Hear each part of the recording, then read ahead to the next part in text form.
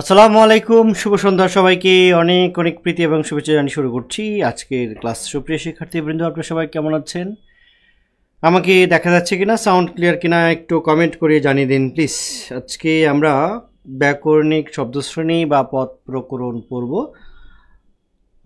তো সেই ব্যাকরণিক শব্দশ্রেণী বা পদ প্রকরণের আজকে আমাদের আসলে বিশেষ সর্বনাম এরকম কয়েকটা পড়ব আমরা দুটো ক্লাসে। আজকে যে ক্লাসে যেটুকু ছিল সেটুকুই পড়ব, ঠিক আছে? পরবর্তী ক্লাসে আমরা ব্যাকরণ শব্দশ্রেণী শেষ করে দেব।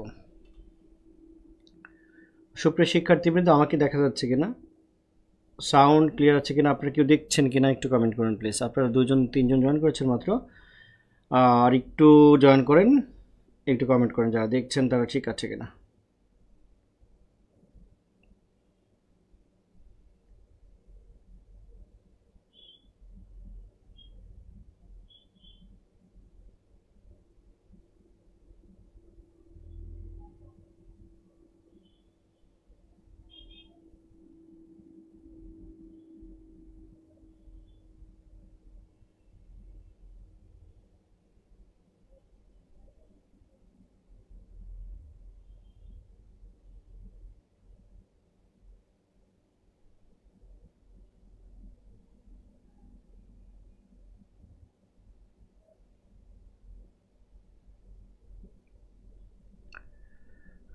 ফয়সাল রহমান, জি স্যার শোনা যাচ্ছে।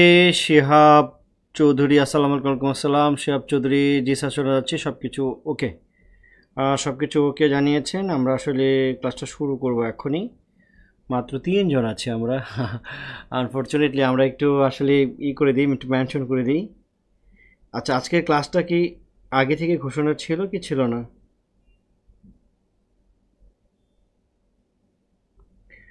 স্মার্ট বোর্ডের ক্লাস কবে থেকে শুরু হবে স্যার?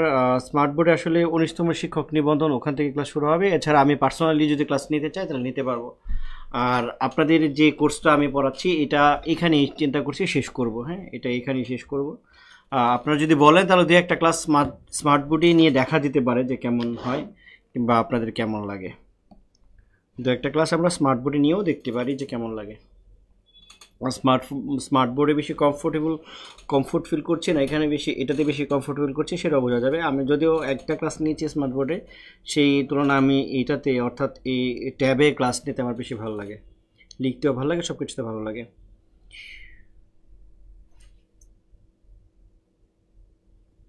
ওকে, ঠিক আছে, আমরা স্মার্ট বোর্ডে কিছু ক্লাস নিই, অসুবিধা নেই। ব্যাকরণিক শব্দশ্রেণী, এটাকে পদ প্রকরণ বলা হয়। কি বলা হয়? পদ প্রকরণ বলা হয়। আগে এটাকে পদ প্রকরণ বলা হতো, এখন সেটাকে ব্যাকরণিক শব্দশ্রেণী বলা হচ্ছে। হ্যাঁ, তো সেই পদ প্রকরণ একজন আমাকে নক করলেন, আমার বইয়ে বলতেছে স্যার আপনার বইয়ে তো নাই, পদ প্রকরণ নাই। আমি বলছি ব্যাকরণিক শব্দশ্রেণী কি আছে?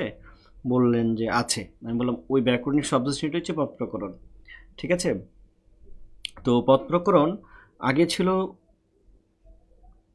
ছিল হচ্ছে 5 প্রকার, আর প্রমিত ব্যাকরণে সেটা হয়ে গেছে 8 প্রকার হয়ে গেছে। তো 8 প্রকার হলেও আসলে তো বাড়ে নাই, বরঞ্চ কমেছে। হ্যাঁ, ধরেন আগে 1 কেজি আম, ধরেন 1 কেজি আম না, ধরেন 1 কেজি চিনি আগে 5টা প্যাকেটে দিতাম। এখন ধরেন 900 গ্রাম চিনি 8টা প্যাকেটে দিচ্ছি। তাহলে বেড়েছে না কমেছে? অবশ্যই কমেছে। এরকম আগে আরও সহজ করে যদি বলি, আগে 500 গ্রাম চিনি 5টা প্যাকেটে দিতাম, 100 গ্রাম করে পড়তো। এখন কি করছি, 400 গ্রাম ওই চিনি 8টা প্যাকেটে দিচ্ছি। তাহলে কত করে পড়ছে? আর কম করে পড়ছে, 50 গ্রাম করে পড়ছে, তাই না? ওকে, তাহলে আমরা একটু পার্থক্যটা একটু দেখে নিই যে আসলে কি ছিল আগে, এখন কি হয়েছে। কি ছিল, এখন কি হয়েছে। বাক্যের অন্তর্গত প্রত্যেকটা শব্দকে আসলে কি বলা হয়? পদ বলা হয়। পদ এবং এই যে পদ প্রকরণ এবং শব্দের মধ্যে পার্থক্যটা কি দেখেন। এই জায়গাটা খুব বেসিক জায়গা, এটা কিন্তু আমরা যারা অনলাইনে পড়াই বা ব্যাকরণ যারা পড়ায় তাদের মধ্যেও এই ব্যাপারটা প্রবলেম আছে, আমি দেখেছি। শব্দটা হচ্ছে শব্দ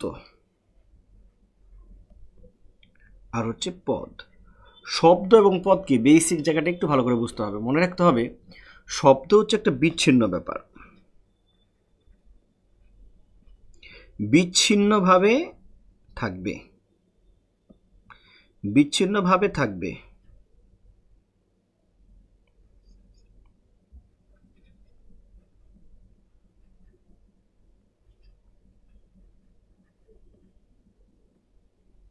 অভিধানে থাকবে।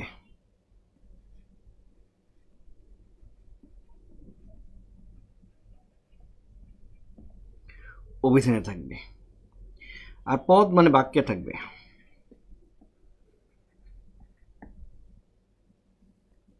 এখন দেখবেন বাজারে প্রচলিত এমন বই আছে, ধরুন দ্বিরুক্তি শব্দ পড়াচ্ছে, সেখানে 19 পুরাতন ব্যাকরণ বইয়ে লেখা আছে পদের দ্বিরুক্তি। কি লেখা আছে? পদের দ্বিরুক্তি। সেখানে লেখা আছে যে বিভক্তিযুক্ত যেসব দ্বিরুক্তি শব্দে বিভক্তিযুক্ত থাকে তাকে বলা হচ্ছে পদের দ্বিরুক্তি। তো পদের দ্বিরুক্তি এরকম শিরোনাম দিয়ে উদাহরণ দেওয়া আছে যে রাশি রাশি ধান, রাশি রাশি ধান। এখন এটা পদের দ্বিরুক্তির উদাহরণ দেওয়া আছে 19 পুরাতন ব্যাকরণ বইয়ে। রাশি রাশি ধান বা এরকম আরো কি কি এই টাইপের আছে, লাল লাল ফুল এরকম দেওয়া আছে, ধরেন লাল লাল ফুল, লাল লাল ফুল। এখন লাল লাল চান্ডার করা আছে। এখন বিভিন্ন বইয়ে বা আমরা অনলাইনে পড়াচ্ছি এইভাবে যে রাশি রাশি ধান, তাতে রাশি রাশির মধ্যে বিভক্তি নাই, সুতরাং এটা 19 বইয়ে ভুল আছে। কিংবা লাল লাল ফুল, তাহলে তো এইখানে লাল লাল ফুলের মধ্যে বিভক্তি নাই, তার মানে এটা ভুল আছে। এটা আসলে পদের দ্বিরুক্তি হবে না, এটা হচ্ছে শব্দের দ্বিরুক্তি হবে। এই প্রবলেমটা বা এই ভুলটা কেন করছেন সম্মানিত একজন শিক্ষক বা শিক্ষকরা কিংবা আমরা শিক্ষার্থীরা ভুলটা করছি? শব্দ এবং পদের যে পার্থক্যটা একটু সিম্পল একটা পার্থক্য, এইটাই কনসেপ্টটা আমাদের ক্লিয়ার না। আর বিভক্তি নিয়ে আমাদের একটা কনসেপ্টে ভুল আছে। বিভক্তি হচ্ছে শব্দ বিভক্তি হচ্ছে 7 প্রকার। তার মধ্যে হচ্ছে প্রথমা বিভক্তি বা শূন্য বিভক্তি, অর্থাৎ কোনো জায়গায় বিভক্তি না থাকলে সেটাও বিভক্তির অংশ, এবং সেটাকে আমরা বলছি শূন্য বিভক্তি। বা অ, আ, রা, এগুলো হচ্ছে শূন্য বিভক্তির অংশ। এখন আমি যখন বলছি রাশি রাশি ধান, এখানে কিন্তু শূন্য বিভক্তি আছে। মনে রাখতে হবে, আপনি যখন আর্টিকেল পড়ছেন, কোনটা আর্টিকেল, এটা আর্টিকেলের নিয়ম, যেটা আর্টিকেল যেখানে আর্টিকেল বসে এটা আর্টিকেলের নিয়ম, যেখানে বসে না অমিশন অফ আর্টিকেল ওইটাও আর্টিকেলের নিয়ম।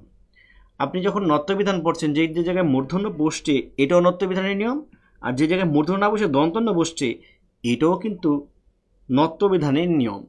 ঠিক তেমনি আপনার যেখানে বিভক্তি আছে সেটাও বিভক্তি, যেখানে বিভক্তি নাই এটাও কিন্তু বিভক্তি। এটা বোঝার জন্য যে জিনিসটা বুঝতে হবে সেইটা বুঝতে হবে যে আপনার শব্দ এবং পদের পার্থক্য কি। যখন কোনো অভিধানে থাকবে, ধরেন আমি বললাম লাল, লাল বললাম বা লাল লাল বললাম, লাল বললাম বা লাল লাল বললাম, এটা কিন্তু শব্দ। কিন্তু এই লাল লাল দিয়ে যখনই আমি একটা বাক্য তৈরি করে ফেলবো, আমি যদি বলি লাল লাল ফুল, লাল লাল ফুল ভালো লাগে, লাল লাল ফুল, এটা কিন্তু একটা বাক্য। লাল লাল ফুল এটা ভালো ভালো লাগে, বা লাল লাল ফুল ভালো লাগে, বা কিছু একটা লিখলাম। এখন এই লাল লাল দিয়ে কিন্তু আমি একটা বাক্য রচনা করেছি। মনে রাখতে হবে, শব্দ হচ্ছে একটা বিচ্ছিন্ন ব্যাপার, কিন্তু ওই শব্দ দিয়ে যখনই আপনি বাক্য লিখবেন তখনই সেটা হয়ে যাবে পদ। বাক্যের অন্তর্গত প্রত্যেকটা শব্দকে পদ বলে, সেখানে বিভক্তি থাকুক আর না থাকুক। যেটার মধ্যে বিভক্তি আছে তো আছে, যেটার মধ্যে বিভক্তি নাই সেখানে ধরে নেওয়া হবে শূন্য বিভক্তি আছে। তাহলে আমরা এগুলোতে ধরে নেবো শূন্য বিভক্তি আছে, অর্থাৎ কোনো একটা বাক্য মানেই 100% শুরু, ওই বাক্যের গুলোকে আমরা শব্দ বলতে পারি না। বাক্যে যেগুলো আছে সবগুলো হচ্ছে পদ। বাক্য ছাড়া ধরো আমি একটু লিখে রাখলাম, এক জায়গায় লিখে রাখলাম হচ্ছে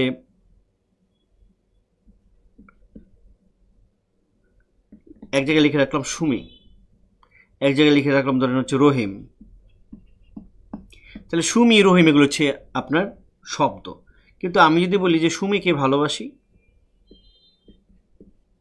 অথবা বললাম সুমি পড়ে, সুমি নাচে, সুমি নাচে, তখন এই সুমিটাকে আর শব্দ বলা যাবে না, এই সুমিটা পদ হয়ে যাবে। রহিম, তা আমি যদি বলি যে রহিম, রহিম কাজ করে, এখন এই রহিমকে আর শব্দ বলা যাবে না, তাকে হয়ে যাবে পদ বলতে হবে। অর্থাৎ পদ এবং শব্দ একই জিনিস, শব্দগুলো দিয়ে যখন আমরা বাক্য রচনা করি তখন ওই শব্দগুলোকে পদ বলা হয়। সেখানে বিভক্তি থাকলে তো ভালো, বিভক্তি না থাকলে কি বিভক্তি আছে? শূন্য বিভক্তি আছে, ধরে নিতে হবে। ঠিক আছে, এই হলো ব্যাপার। যে কারণে তাহলে 9 10 ব্যাকরণ বই যেগুলো দেওয়া আছে সেখানে শূন্য বিভক্তি আছে, যেহেতু ওইগুলো বাক্য, সুতরাং ওইগুলো হচ্ছে পদের দ্বিরুক্তি, এই বিষয়ে কোনো মানে সন্দেহ নেই। সুতরাং শব্দ এবং পদের কনসেপ্ট যদি ক্লিয়ার না থাকে তাহলে কিন্তু আপনার বিষয়গুলো পারা যাবে না। তাছাড়া আপনার বিভক্তির বিষয়টাও কি করতে হবে? কনসেপ্ট ক্লিয়ার রাখতে হবে। কারণ বিভক্তি, যেখানে বিভক্তি আছে সেখানে তো আছেই, দ্বিতীয় তৃতীয় চতুর্থী পঞ্চমী ষষ্ঠী সপ্তমী অষ্টমী, অষ্টমী তো নাই, সপ্তমী। আর যেখানে নাই সেখানে আছে প্রথমা বিভক্তি বা শূন্য বিভক্তি। সুতরাং এই জায়গাটা মারাত্মক গুরুত্বপূর্ণ। ওকে, তাহলে শব্দ এবং পদ আমরা বুঝতে পেরেছি। তো এখন আমরা একটু দেখব যে ব্যাকরণিক শব্দশ্রেণী বা পদ প্রকরণ ব্যাপারটা কি। এখন বাক্যের প্রত্যেকটা শব্দকে আমরা কি বলছি? পদ বলছি। তো এই পদগুলোকে আবার 8টা ভাগে ভাগ করেছে প্রমিত ব্যাকরণে। পুরাতন ব্যাকরণে ছিল 5 প্রকার, এখন 5 প্রকারকে ভেঙেই কিন্তু 8 প্রকার করা হয়েছে। আমরা দেখি কি, মানে আগে যেটা নাম ছিল পদ, এখন সেটা নাম ব্যাকরণিক শব্দশ্রেণী। তো সেই আগে বিশেষ্য ছিল, এখনও বিশেষ্য, এই বিষয়ে কোনো সমস্যা নেই। আগে সর্বনাম ছিল, এখনও সর্বনাম, এই বিষয়ে কোনো সমস্যা নেই।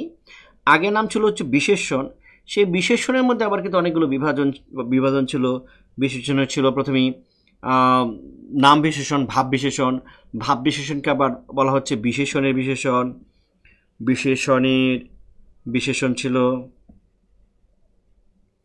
তারপর একটা ছিল ক্রিয়া বিশেষণ। কি ছিল? ক্রিয়া বিশেষণ। হ্যাঁ, তারপরে হচ্ছিল অব্যয়ের বিশেষণ। তারপরে ছিল বাক্যের বিশেষণ। ভাব বিশেষণকে ভাগ করা হয়েছিল। তো এই যে ক্রিয়া বিশেষণটা, এটার আবার পরিধি একটু ব্যাপক, একটু বিশাল একটু পরিধি। তো প্রমিত ব্যাকরণে এইখানকার এই যে বিশেষণের যে বিভাজন আছে, বিশেষণের বিশেষণ বা ক্রিয়া বিশেষণ, এই ক্রিয়া বিশেষণকে, বিশেষণের নাম তো বিশেষণ দিয়েছে, আর ক্রিয়া বিশেষণকে আলাদা করে নাম দিয়েছে কি? ক্রিয়া বিশেষণ। এটা কিন্তু বিশেষণের একটা প্রকার। তার মানে এখানে একটা বাড়লেও আসলে কিন্তু বাড়ে নাই, ওই বিশেষণের মধ্যেই কিন্তু এই ক্রিয়া বিশেষণটা আছে। জাস্ট ক্রিয়া বিশেষণের প্রকারটা অ্যাডভার্ব বলছে এটাকে, এটার পরিধিটা একটা ব্যাপক, ব্যবহারটা একটু বিশাল, এই জন্য একটু আলাদা করে পড়তে বলেছে আর কি, আলাদা করে ভাগ করেছে, আর কিছু না। তারপর হচ্ছে ক্রিয়া। ক্রিয়া ছিল ক্রিয়া। তারপর হচ্ছে অব্যয়। অব্যয় আমরা দেখেছিলাম 4 প্রকার। একটা ছিল সমুচ্চয়ী অব্যয়, একটা ছিল অনুসর্গ অব্যয়, অনন্য অব্যয়, একটা ছিল আরেকটা ছিল অনুকার অব্যয়।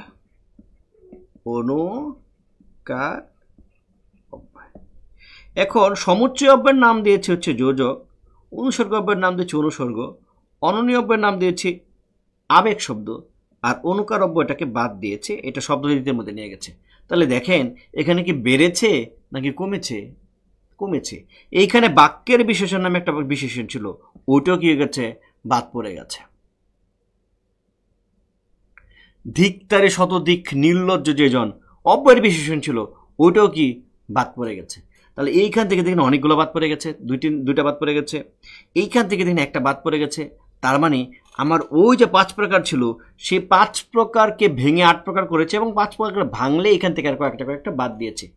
নতুন কিছু অ্যাড হয় না এখানে, নতুন কিছুই আসে নাই, নতুন কিছুই আসে নাই। ওই 5 প্রকারকে ভেঙে 8 প্রকার বানিয়েছে, এবং 5 প্রকার ভেঙে যে বানিয়েছে সেখান থেকে আবার কয়েকটা বাদ দিয়েছে, অনুকার অব্যয়কে বাদ দিয়েছে, বাক্যের বিষয়কে বাদ দিয়েছে, এবং কিছু বাদ দিয়েছে। তার মানে আপাতত দৃষ্টিতে মনে হচ্ছে যে বেড়েছে, আসলে কিন্তু বাড়ে নাই। আগে 5 কেজি চিনি ছিল, 5 জনকে দেওয়া হতো, এখন চিনি হয়ে গেছে 4 কেজি, 8 জনকে দেওয়া হচ্ছে। মনে হচ্ছে যে বেশি, আসলে কিন্তু বেশি না। ব্যাপারটা কি বুঝতে পেরেছি আমরা? ওকে, তাহলে আমরা যদি বুঝতে পারি, তাহলে আমরা যখন এটা পড়াবো তখন সাথে সাথে কিন্তু এই সমুচ্চয়ী অব্যয় বা অনুসর্গ অব্যয় বা অনন্য অব্যয়, এই কথাগুলো মাথায় মধ্যে রাখবেন, যাতে অব্যয় হিসেবে প্রশ্ন যদি করে তাহলে আপনারা যেন পারেন। অর্থাৎ আপনাকে সমুচ্চয়ী অব্যয় বা অব্যয় দিয়ে আসতে পারে। হ্যাঁ, তাহলে অব্যয়, তার মানে আমার এই যোজকটা একটা অব্যয়, অনুসর্গ একটা অব্যয়, আবেগ শব্দ অব্যয়, এই 3টাই হচ্ছে একটা অব্যয়। ঠিক আছে? ওকে, তাহলে আমাদের আজকে পড়ার যে বিষয়টা সেটা হচ্ছে আমাদের বিশেষণ। তো সেই বিশেষণটা যদি আপনাদের আমি একটু পড়াই, দেখেন বিশেষণকে প্রথমে 2টা ভাগে ভাগ করেছি, একটু লিখে পড়াই। যদি একটু স্লাইড আছে, কিন্তু স্লাইড নাই, একটু লিখে পড়াই। ধরেন বিশেষণকে আমি প্রথমত 2টা ভাগে ভাগ করেছি। প্রথমত 2 ভাগ করা হয়েছে। একটা নাম হচ্ছে সাধারণ বিশেষণ।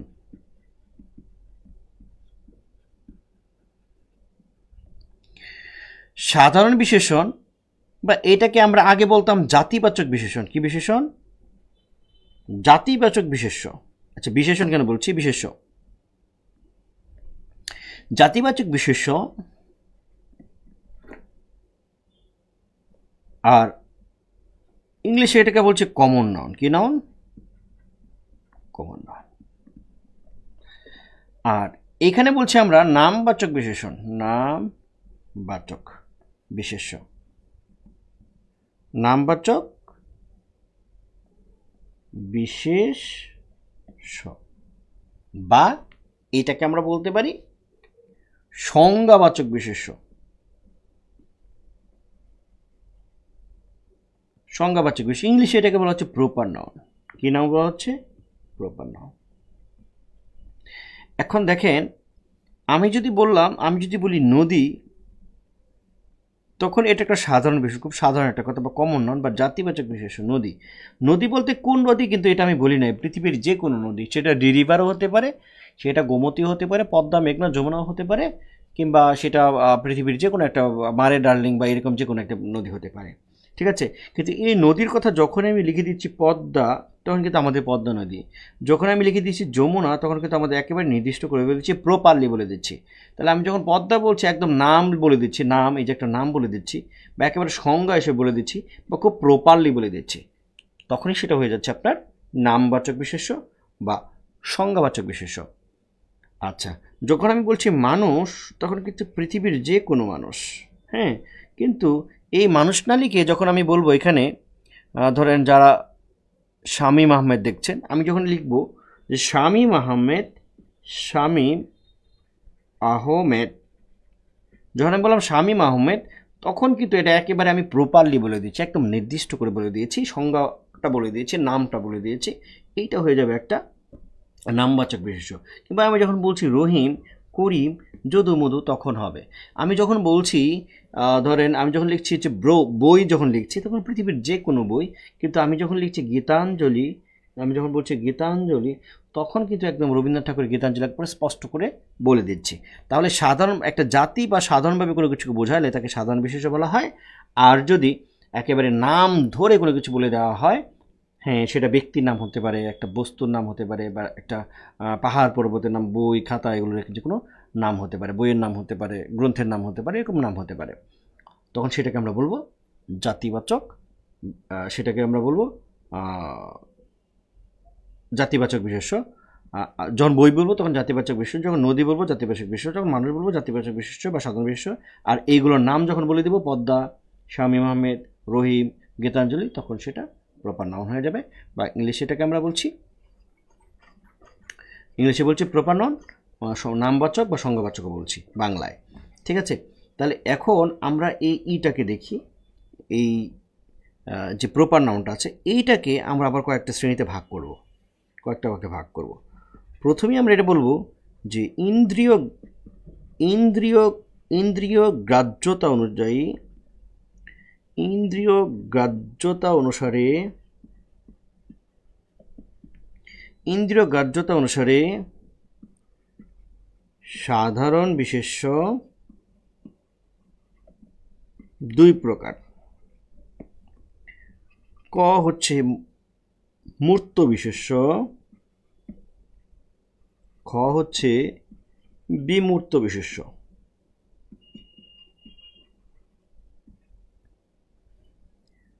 আর যদি আমরা গণনযোগ্যতা অনুযায়ী ভাগ করি, গণনযোগ্যতা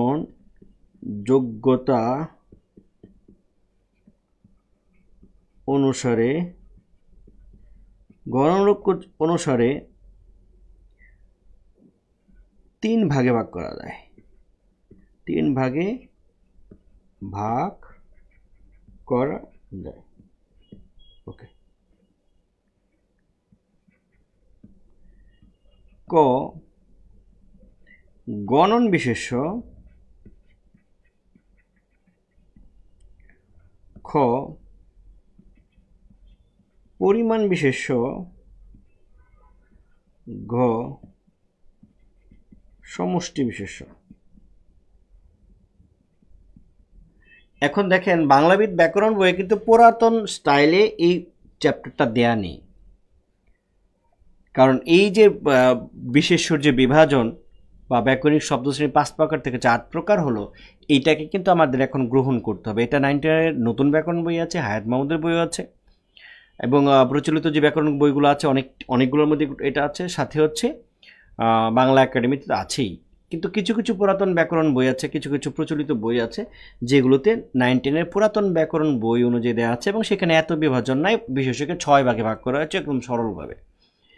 তো 9-10-এর মানে বাংলাবিদ ব্যাকরণ বইটা পড়ে আমাকে একজন বললেন যে এটা এত জটিল করে কেন লিখেছি।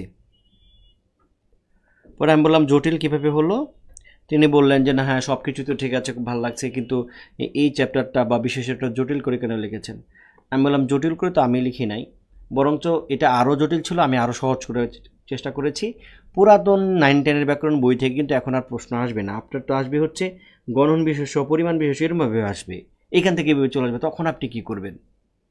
পুরাতন থেকে তো আস্তে আস্তে প্রশ্ন আর আসবে না, তাহলে আপনাকে নতুনকে গ্রহণ করতে হবে। পুরাতন পড়ালে আপনার লস হবে, পুরাতন পড়ালে হয়তো আমার সময় কম লাগবে, আপনিও সহজে বুঝবেন এবং বাহবা দেবেন আমাকে যে এত সহজে বুঝে গেছি, কিন্তু এটা করার দরকার নেই। আমি যখন এটা পড়াই তখন কিন্তু পুরাতনের সাথে মিলিয়ে মিলিয়ে পড়াই। তো সজীবতা অনুসারে জিনিস একেবারে সহজ, খালি অনেক অনেক বিভাজন তো দেখা ভয় পাওয়া যায়, ভয় পাওয়ার তো কিছু না। আপনি দেখেন ব্যাপারটা কি, সজীবতা অনুসারে 2 প্রকার। সজীবতা অনুসারে 2 প্রকার, সজীব বিশেষ্য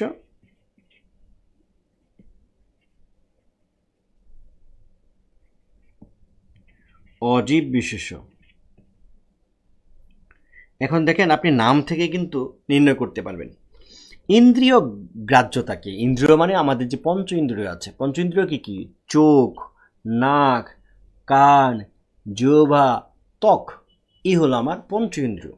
তাহলে আপনি এই পঞ্চ ইন্দ্রিয় দিয়ে যদি কাউকে ধরতে পারেন, ছুঁতে পারেন, দেখতে পারেন, স্বাদ নিতে পারেন, স্পর্শ করতে পারেন, এরকম যদি থাকে, যার আকার আকৃতি ইঙ্গিত থাকে, এ অনুযায়ী ভাই ভাগ করা হয়েছে। এখন যে বিশেষ্যকে, যে নামবাচক শব্দটাকে আমি ধরতে পারি, ছুঁতে পারি, দেখতে পারি, তাকে আমরা কি বলবো? তাকে আমরা বলবো মূর্ত বিশেষ্য। আর যেটাকে আমি ধরতে পারি না, ছুঁতে পারি না, দেখতে পারি না, তাকে আমরা বলবো বিমূর্ত বিশেষ্য। মূর্ত মানে মূর্তি থেকে মূর্ত আমরা বলতে পারি। মূর্ত মানে হচ্ছে ছবি বা পিকচার। মূর্ত মানে পিক বা ইমেজ বা আকার। এখন যার মূর্ত বা মূর্তিও বলতে পারেন, মূর্তির মানে হচ্ছে মূর্ত থেকে মূর্তি। তাহলে এই যে যার মূর্তি আছে, যার ছবি আছে, যার পিকচার আছে, যার ইমেজ আছে, যার আকার আকৃতি আছে, সেটাকে আমরা বলছি মূর্ত বিশেষ্য। তাহলে এটা হচ্ছে ইন্দ্রিয় গ্রাহ্যতা। তাহলে আপনি যার আকার আছে, আপনি চোখ দিয়ে দেখেন, কান দিয়ে শুনেন, হাত দিয়ে স্পর্শ করতে পারেন, ত্বক দিয়ে অনুভব করতে পারেন, জিহ্বা দিয়ে এরকম করলে চেটে দেখলে হয়তো একটা স্বাদও পাওয়া যাবে। তাহলে আমার এই আশেপাশে যা আছে, এই যে মোবাইল, এই ঘড়ি, শার্ট, প্যান্ট, আপনার চোখের সামনে আপনি যা দেখছেন সব হচ্ছে আপনার মূর্ত বিশেষ্য। আপনার চোখের সামনে আপনি যা দেখছেন, এখন আপনি যেখানে বসে ক্লাস দেখছেন, আপনি যে মোবাইলে দেখছেন, সেটাও একটা মূর্ত বিশেষ্য। এই যে আমাকে স্যার দেখছেন, আমিও একটা মূর্ত বিশেষ্য, আপনি একটা মূর্ত বিশেষ্য। এই যে পেন, এটা একটা মূর্ত বিশেষ্য। অর্থাৎ আপনার চোখে যা পড়ছে, আপনি যাকে দেখতে পাচ্ছেন, সব হচ্ছে মূর্ত বিশেষ্য, তাই না? আর বি মানে না, বি মানে হচ্ছে না। তাহলে বিমূর্ত মানে হচ্ছে যার কোনো মূর্তি নাই, যার আকার আকৃতির ছবি নাই। বিমূর্তকে অ্যাবস্ট্রাক্ট নাউন বলা হচ্ছে, বিমূর্তকে অ্যাবস্ট্রাক্ট নাউন বলা হচ্ছে। আর মূর্তকে বলছে কনক্রিট নাউন। কি বলা হচ্ছে? Concrete noun. অর্থাৎ যে নাউনগুলোকে, অর্থাৎ যে বিশেষ্যগুলোকে দেখা যায়, ধরা যায়, ছোঁয়া যায়, স্পর্শ করা যায়, স্বাদ নেওয়া যায়, সেটাই হচ্ছে মূর্ত বিশেষ্য। আর যে বিশেষ্যকে দেখা যায় না, ধরা যায় না, ছোঁয়া যায় না, শুধু অনুভব করা যায়, তাকে বলা হচ্ছে বিমূর্ত বিশেষ্য, যেটাকে আমরা বলছি অ্যাবস্ট্রাক্ট নাউন। আমি যদি বলি সরলতা, আমি যদি বলি পটুত্ব, আমি যদি বলি হচ্ছে দরিদ্রতা, আমি যদি বলি ভালোবাসা, আমি যদি বলি আনন্দ, বেদনা, সুখ, দুঃখ, হাসি, কান্না, কষ্ট, বেদনা, এগুলো যদি বলি, লাভ, ইংলিশে যদি বলি লাভ, অনেস্টি, যদি বলা হয় হ্যাপিনেস, স্যাডনেস, এগুলো হচ্ছে কি? Abstract noun. তো বাংলায় ওই অ্যাবস্ট্রাক্ট নাউনকে বাংলায় আমরা বলছি বিমূর্ত বিশেষ্য। কি বলছি? বিমূর্ত বিশিষ্ট। বি মানে না, মূর্ত মানে হচ্ছে মূর্তি, মানে ছবি, যার ছবি নেই, আকার আকৃতি নেই, তাকে আমরা হচ্ছে বিমূর্ত ছবি। তাহলে আমি কি বলতে পারবো যে আপনাকে আমাকে আপনার ভালোবাসাটা আমাকে দেখান? আমরা কি ভালোবাসা দেখতে পাই? যদি দেখতে পেতাম তাহলে তো মানুষের এত ছাড়াছাড়ি হতো না, এত কিছু হতো না, তাই না? তারপরে আমি কি কষ্টকে দেখানো যায়? ভালোবাসা দেখানো যায়? দেখানো যায় না। তাহলে এগুলো হচ্ছে বিমূর্ত বিশেষ্য। আর মূর্ত বিশেষ্য মানে আপনি যাকেই দেখতে পাচ্ছেন, যেটা কি যারই ছবি আছে, সেটাই হচ্ছে আপনার মূর্ত বিশেষ্য, কনক্রিট নাউন। ঠিক আছে, ওকে। তারপর হচ্ছে গণনযোগ্যতা, অর্থাৎ গণনা করা যায় কিনা।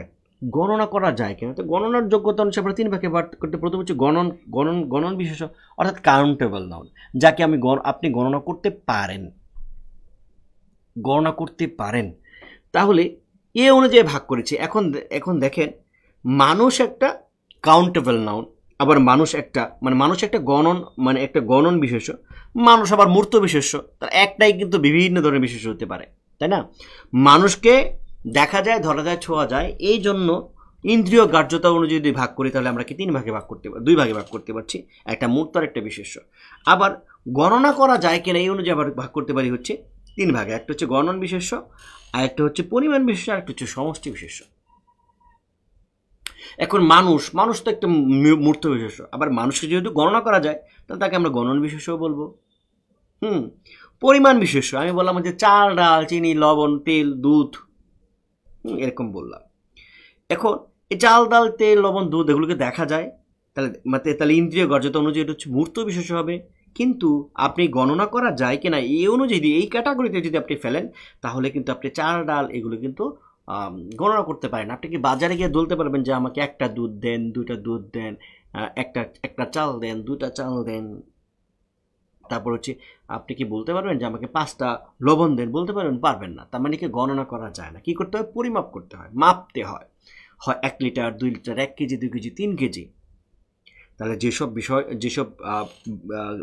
বিশেষ্যকে গণনা করা যায় না, পরিমাণ করতে হয়, তাকে বলা হচ্ছে পরিমাণ বিশেষ্য। তারপর হচ্ছে সমষ্টি বিশেষ্য। যদি ব্যক্তি, বস্তু, প্রাণীর সমষ্টি বোঝায় কোনো নাম দ্বারা, কোনো নাম দ্বারা যদি ব্যক্তি, বস্তু, প্রাণীর সমষ্টি বোঝায় তাকে সমষ্টি বিশেষ্য বলা হয়।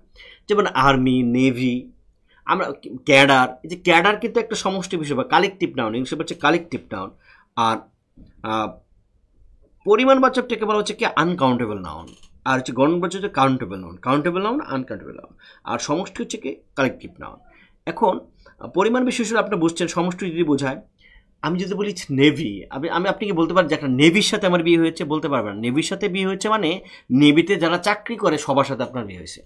আসলে কি সবার সাথে বিয়ে হয়েছে? বা নেভি একটা সমষ্টি, সবাই মিলে হচ্ছে নেভি।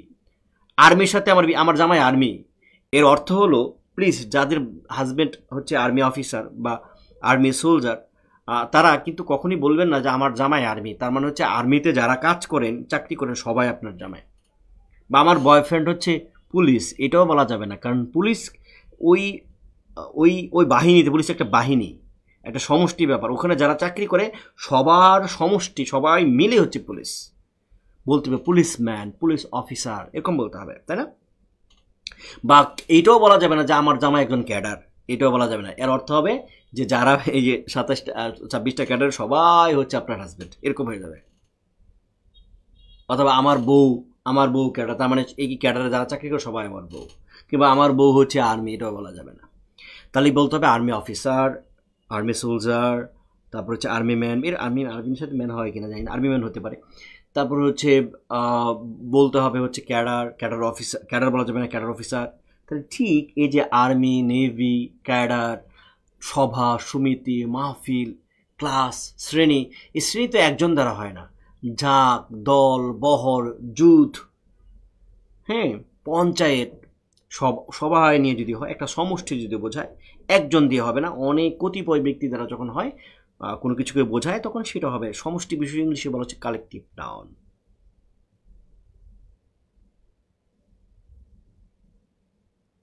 পরীক্ষা দেওয়া দরকার স্যার, সব ভুলে যাইতেছি। আচ্ছা ওমর ফারুক, আপনাদের জন্য পরীক্ষার যে ব্যবস্থাটি, এটা ইনশাল্লাহ খুব ভালোভাবে ব্যবস্থাটা হবে। অ্যাপের কাজ তো চলমান, বলছি অ্যাপের যে ডেভেলপার যে কাজ করতে খুব স্লো কাজ করছে, চায়না থেকে বসে কাজ করছে, তো এর জন্য হয়তো সময় কম পায়, এইটাও একটা কারণ হতে পারে। সে চায়নায় একটা ইউনিভার্সিটিতে ইতে পড়ছে, সিএসিতে পড়ছে চায়নাতে, আমার ভাগ্নে হয়। তো সে আমাকে দেখালো আর কি, এখনই কিন্তু সেখানে পরীক্ষা দেওয়া যায়, এখন সেখানে করা যায়, অনেকটা করা যায়, ভীষণ ভালো লাগছে আমার। তো সেখানে আপনাদেরকে ফ্রি অ্যাক্সেস দেওয়া হবে এবং পরীক্ষাগুলো যে নেওয়া হবে আপনারা এমনিতেই মানে যে ক্লাসগুলো নিয়েছি এই অনুযায়ী আপনারা পরীক্ষা দিতে পারবেন, সময় আছে, অসুবিধা নাই। হ্যাঁ, তো এখন সজীবতা, এখন দেখেন সজীবতা মানে প্রাণ, সজীবতা শব্দ অর্থ কি? প্রাণ। এখন প্রাণ আছে কি নাই এ অনুযায়ী আবার দুই ভাগে ভাগ করতে পারি। যে বিশেষ প্রাণ আছে, যেমন প্রাণ কার আছে? আমার আছে, মানুষ, ইন্দুর, বিলাই, কুকুর, হ্যাঁ, তারপর হচ্ছে মাছ, পশু পাখি যেগুলো আছে আর কি, ওই যে বাঘ, সিংহ, এরকম যত আছে যেগুলো প্রাণ আছে, অনুপ্রমাণকে আমরা বলতে পারবো সজীব বিশেষ। যে বিশেষ প্রাণ আছে তাকে বলছে সজীব বিশেষ, যে বিশেষ প্রাণ নেই তাকে বলা হচ্ছে অজীব বিশেষ। তো প্রাণ নেই কার? এই যে কলমটার প্রাণ নেই, এই মোবাইলটার প্রাণ নেই, এই ট্যাবটার প্রাণ নেই, আপনার আশেপাশে যা দেখছেন ম্যাক্সিমামেরই প্রাণ নাই। আপনার আশেপাশে ম্যাক্সিমামেরই কি প্রাণ নেই, এগুলো একটা জড় বস্তু। এই জড় বস্তু যেগুলো আছে এগুলো আমরা বলছি অজীব বিশেষ, আর যেগুলোর প্রাণ আছে সেগুলোকে বলছি সজীব বিশেষ। সজীব বিশেষ খুব কম। আপনার আশেপাশে মানুষটা দেখবেন, ইন্দুর, বিলাই, কুত্তা, ছাগল, এগুলোরে দেখবেন, আর তো যে অনুপ্রমাণ তো দেখাই যায় না। এই তো মাছ, মাংস না তো মাছ, জীবিত থাকলে সে হচ্ছে সজীব বিশেষ, তো মরে গেলে তো সজীব বিশেষ না। হ্যাঁ, তো এই হলো ব্যাপার আর কি। তো আশা করছি আপনারা বুঝতে পেরেছেন, জিনিসটা একটু বিশ্লেষণ করা হয়েছে, কিন্তু জিনিসগুলো তো একেবারে সহজ, কিন্তু কেউ কেউ আগের বই একটু কম ছিল, এই জন্য মনে করছে আগের বইটা বেশি সহজ। ওকে, এখন আমরা একটু আগের স্লাইডে চলে যাই, একটু জায়গা নেই এখানে। অন্য শ্রেণীজাত শব্দ হচ্ছে আবার 3 প্রকার, মানে অন্য শ্রেণীজাত বিশেষ্য। জাত মানে জন্ম, জাত মানে কি? জন্ম। অন্য শ্রেণীজাত, দেখেন একটু আগে আমি যে বিশেষ্যগুলো পড়াইছি এগুলো জন্মগতভাবে বিশেষ্য। অন্য শ্রেণীজাত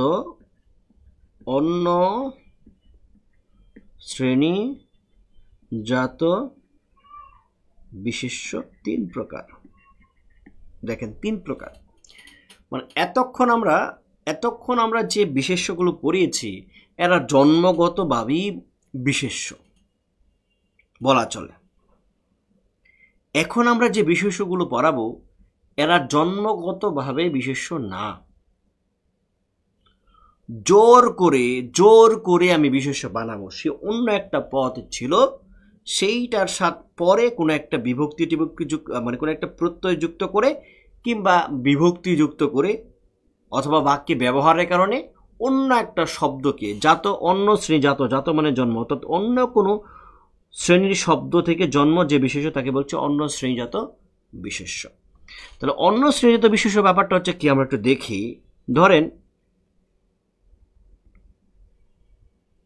প্রথমে আমি লিখলাম ক্রিয়া বিশেষ্য,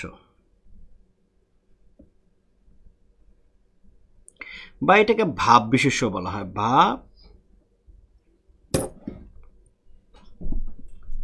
ভাব বিশেষ্য। 2 হচ্ছে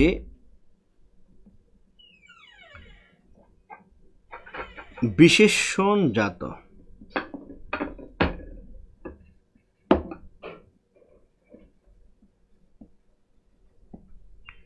বিশেষণজাত বিশেষ্য। 3 হচ্ছে বিশেষণ ধর্মী।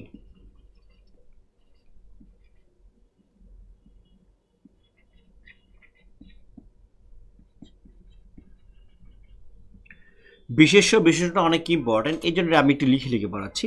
দেখেন ক্রিয়া বিশেষ্য অর্থাৎ ক্রিয়া থেকে যে বিশেষ্য পায় বা জন্মগ্রহণ করে বা জন্ম নেয় তাকে বলা হচ্ছে ক্রিয়া বিশেষ্য। ইংলিশে এটাকে বলা হচ্ছে ভার্বাল নাউন। ভার্ব থেকে যে নাউন তাকে বলা হচ্ছে ভার্বাল নাউন।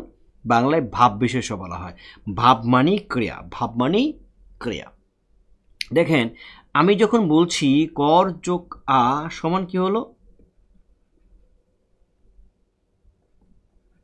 করা, কর যোগ অন হলো হচ্ছে করণ। তাহলে আপনারা যারা আমার ওই যে আপনাদেরকে প্রত্যয়ের ক্লাসকে প্রত্যয়ের ক্লাস নিয়েছি কিনা আমার মনে নেই, হয়তো নিয়েছি সম্ভবত। তো প্রত্যয়ের ক্লাস যদি নিয়ে থাকি আপনারা দেখবেন যে এটা একটা কৃত প্রত্যয়। প্রত্যয় নিষ্পন্ন যত শব্দ আছে সেই শব্দগুলো হয় বিশেষ্য হবে অথবা বিশেষণ হবে, এটা ছাড়া অন্য কিছু হওয়ার কোনো চান্স নেই। কি বলেছি? প্রত্যয় নিষ্পন্ন শব্দগুলো হয় বিশেষ্য অথবা বিশেষণ। তাহলে কর যোগ আ সমান হচ্ছে করা, তাহলে এই করা শব্দটা কিন্তু একটা প্রত্যয় নিষ্পন্ন শব্দ। কর যোগ অন করণ, এই শব্দটা একটা প্রত্যয় নিষ্পন্ন শব্দ। তার মানে এই যে করা এবং করণ এইগুলো কিন্তু মেনলি কিন্তু এগুলো হচ্ছে বিশেষ্য, এগুলো কি বিশেষ্য। এখন যেহেতু ক্রিয়া থেকে পাইছি, ধাতু থেকে পাইছি, এই যে তার নাম কিন্তু ক্রিয়া বিশেষ্য। এখন আপনার কাছে মনে হচ্ছে যে স্যার এইটা তো একটা ক্রিয়া মনে হচ্ছে, যে করা একটা ক্রিয়া। দেখেন করা ক্রিয়া না। ধরেন আমি যদি বলি যে আমি করি, সে করে, তারা করছিল,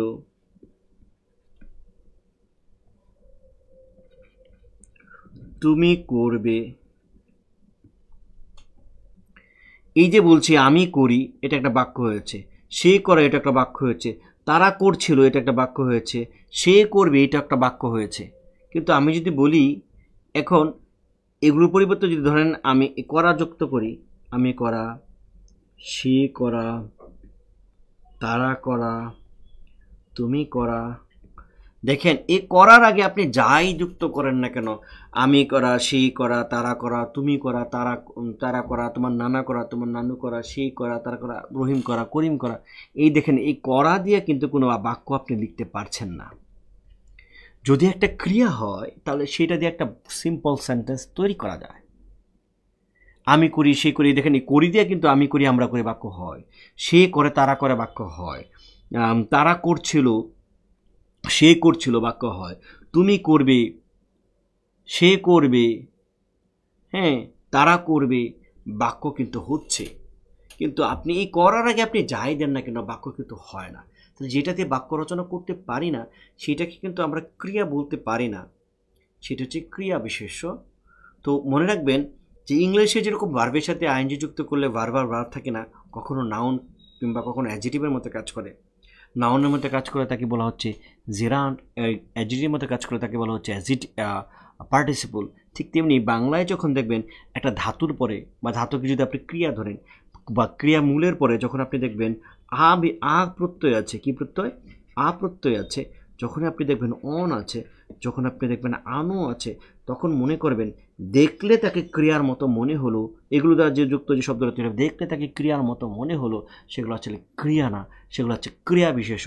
যেহেতু আমরা ক্রিয়া থেকে পেয়েছি এই জন্য তার নাম ক্রিয়া বিশেষ্য বা ভাব বিশেষ্য। কে কে বুঝতে পারছেন এই জায়গাটা? না আরেকটু বোঝাবো? বলেন আরেকটু কি বোঝাবো? একটু কমেন্ট করতে। মাত্র 7 জন আছেন, আপনার কি ক্লাস করাবো বলেন দেখি। কেন যে ভর্তি হয়েছেন আপনারা আল্লাহ জানে।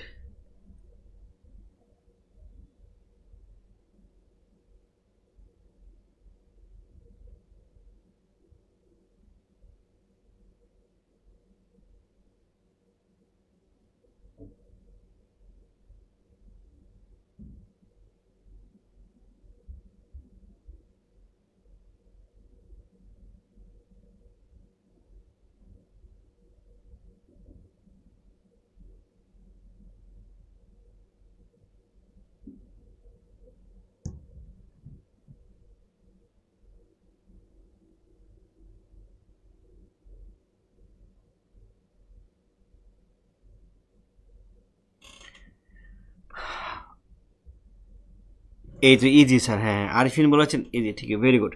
তাহলে কিন্তু আমরা এটা বুঝতে পেরেছি। প্রথম লজিকটা হচ্ছে যে এই করা দিয়ে আমরা কিন্তু কোনো বাক্য রচনা করতে পারছি না, আর যেটা দিয়ে বাক্য রচনা করা যায় না সেটা ক্রিয়া না। দ্বিতীয় লজিক হচ্ছে আমার এই করা শব্দটা বা করণ শব্দটা কিন্তু প্রত্যয় নিষ্পন্ন শব্দ, আর প্রত্যয় নিষ্পন্ন শব্দের প্রথম শর্তই হচ্ছে যে প্রত্যয় নিষ্পন্ন যে শব্দগুলো আছে সেটা হয় বিশেষ্য হবে অথবা বিশেষণ হবে, এর বাইরে অন্য কিছু হওয়ার চান্স নেই। যদি অন্য কিছু হয়ে যায় সেটা কিন্তু ভাই আর প্রত্যয় হবে না। ঠিক আছে, ওকে, তাহলে আমরা এটা যদি বুঝতে পারি তাহলে ভেরি গুড, আমরা এটা বুঝলাম।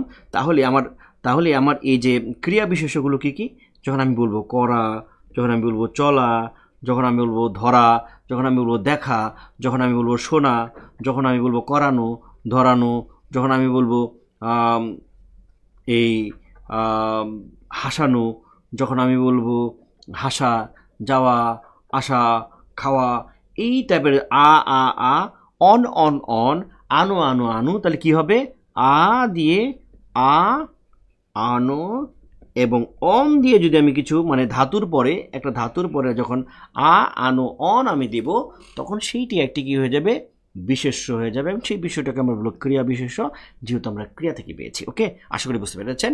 বিশেষণজাত, তার মানে আমি বিশেষণকে জোর করে বিশেষ্য বানাবো, মেকিং করব।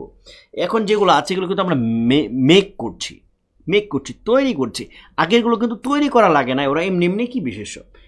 এখন আমরা জোর করে করছি, ক্রিয়াকে বিশেষ্য বানাইছি, এই জন্য তার ক্রিয়া বিশেষ্য। এখন বিশেষণকে বিশেষ্য বানাবো, এই জন্য তার নাম হবে বিশেষণ জাত। জাত মানে জন্ম। ধরেন আমি বললাম হচ্ছে সরল, তুমি অনেক সরল, তুমি অনেক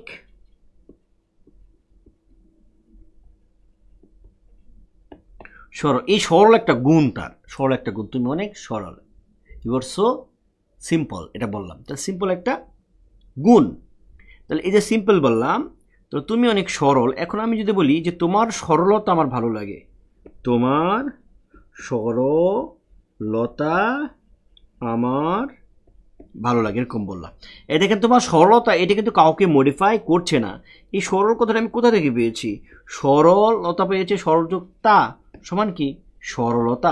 তাহলে আপনি যখন সরল বলছেন তখন কিন্তু বিশেষ্য, যখন আপনি বলছেন সরল তখন বিশেষ্য, কিন্তু যখন আপনি তা যুক্ত করে এটাকে বানাইলেন সরলতা, তখন সেটা হয়ে যাবে বিশেষ্য।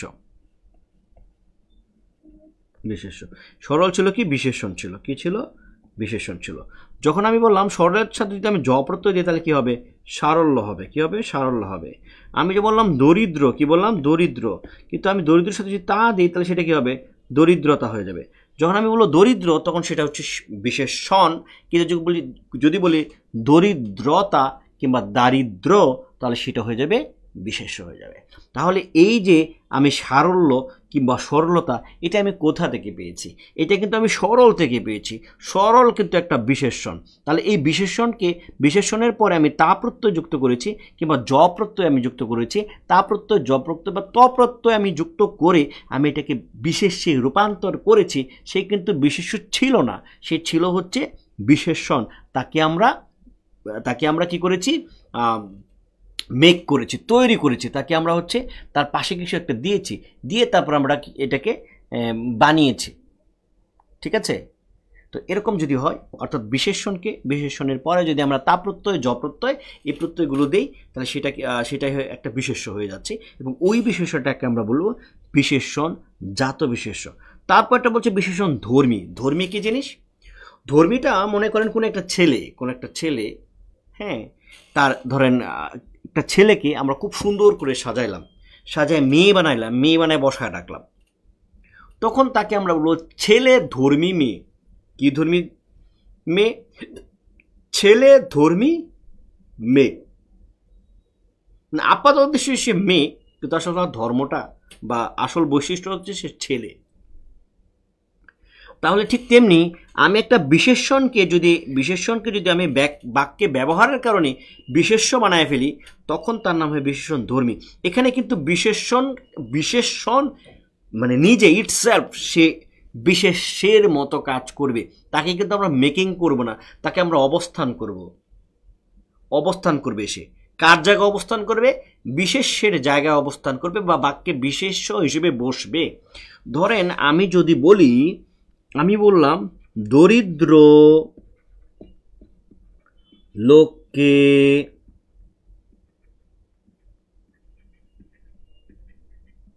দান করো, দরিদ্র লোককে দান করো। দেখেন দরিদ্র তো নিজেই একটা বিশেষণ ছিল, আবার দরিদ্রটা এটা কিন্তু কাকে মডিফাই করছে, এটা দেখেন লোককে কিন্তু মডিফাই করছে, কিন্তু তার দরিদ্র লোককে দান করে, যখন আমি দরিদ্র লোককে দান করব, দরিদ্র কিন্তু বিশেষণ, দরিদ্র কি বিশেষণ, কিন্তু আমি বললাম দরিদ্রকে দান করো, দরিদ্রকে দান করো, তার নিচে আমি আন্ডারলাইন করে দিয়েছি। এখন এই দরিদ্রকে কিন্তু আমি আর বিশেষণ বলতে পারবো না। কেন বলতে পারবো না বলেন তো? ওই যে লোকটা ছিল না, এই লোকটাকেই তো আমি এখন দরিদ্র কি বলছি। বা ধরেন লোকের নাম হচ্ছে, আমি বললাম রহিমকে দান করো, ধরেন দরিদ্রর যে তার নাম হচ্ছে রহিম, রহিমকে দান করো। এখন রহিমকে না বললে আমি বললাম যে দরিদ্রকে দান করো, তাহলে ভাই এই এই দরিদ্রটা তো আসলে একটা ব্যক্তি। দরিদ্র, এই দরিদ্রকে যখন বলছি তখন কিন্তু সে কাউকে মডিফাই করছে না, সে নিজেই একটা ব্যক্তি, সে নিজেই একটা ব্যক্তি, সুতরাং তাকে আমরা কি বলবো? বিশেষ্য বলবো। কিন্তু দরিদ্র কি ছিল? বিশেষণ ছিল। কিন্তু এমনি দরিদ্র শব্দটা বিশেষণ, কিন্তু এই বাক্যে তো বিশেষণ না, এই বাক্যে বিশেষ্য, সুতরাং আমরা তাকে বলছি বিশেষণ ধর্মী বিশেষণ। তাহলে একটা শর্টকাটটা কি? মনে রাখতে হবে যে বিশেষণের সঙ্গে কিন্তু বিভক্তি যুক্ত করা যায় না। বিশেষণের সঙ্গে বিভক্তি যুক্ত করলে সেটা অপপ্রয়োগ হয়, কিন্তু কখনো যদি বিভক্তি দেয়া যায় এবং সেটা যদি বাক্য যদি মিনিংফুল হয়, তখন সেই বিশেষণ আর বিশেষণ থাকে না, ওই বিশেষণ বিশেষ্য হয়ে যায়। কি বলেছি? কে বিভক্তি যুক্ত করছি, কে বা তে, কে তে, এইসব বিভক্তি যদি আমরা কোনো বিশেষণের সঙ্গে যুক্ত করতে পারি, তবে সেই বিশেষণ আর বিশেষণ থাকবে না, সে বিশেষ্য হয়ে যাবে। বা ধরেন আমি বললাম এ এক বিরাট সত্য, এ এক বিরাট সত্য, সবার শেষে বসছে সত্য, এ এক বিরাট সত্য। সত্য এখানে নিজে একটা বিষয়, সে নিজে একটা বিষয় বা সাবজেক্ট হিসেবে আবির্ভূত হয়েছে। মানে কোনো একটা ঘটনা ঘটেছে বা কিছু একটা বললো এ এক বিরাট সত্য, এ এক বিরাট সত্য। সত্য কিন্তু কাউকে মডিফাই এখানে করছে না। আমি কিন্তু বলি না সত্য কথা বলবে, আমি যে বলতাম সত্য কথা বলবে, তাহলে কথাটা কেমন? সত্য। সত্য কিন্তু কথাকে মডিফাই করছে, তাহলে সত্যকে আমি বিশেষণ বলতাম। কিন্তু আমি যখন বলছি এ এক বিরাট সত্য, বরঞ্চ বিরাট হচ্ছে সত্যের বিশেষণ। এখানে বিরাট, সত্যটা কেমন? বিরাট। এই বিরাটকে কিন্তু আমরা অ্যাডজেক্টিভ বলতে পারি বা বিশেষণ বলতে পারি, কিন্তু সত্যটা কিন্তু এখানে নাও। নর্মালি সত্য যেহেতু বিশেষণ, কিন্তু বাক্যে ব্যবহারের কারণে এমন জায়গায় ব্যবহার করেছি, এমন জায়গায় চলে গেছে, সে বিশেষ হয়ে গেছে, এই জন্য তাকে আমরা বলবো বিশেষণ ধর্মী বিশেষ্য। কে কে বুঝতে পেরেছেন? সত্য কথা বলে বিপদে পড়েছে, এখানে এখানে সত্যি কোন পদ? অবশ্যই এটা একটা বিশেষণ, কারণ কথাটা কেমন? সত্যি।